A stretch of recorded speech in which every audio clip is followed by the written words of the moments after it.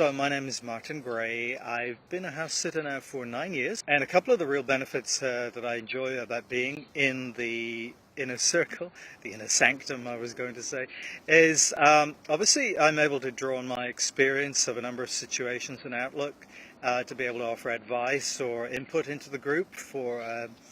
sort of joint ideas and directions and where people have specific questions. And also, of course, the main benefit is as we get to know each other more in this group, we're able to make cross referrals, because often we're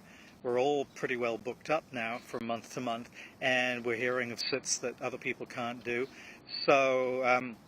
when we hear of them ourselves, when I've heard of some in Guatemala and Belize recently, I put that into the group and someone else is able to benefit, and the homeowners, of course.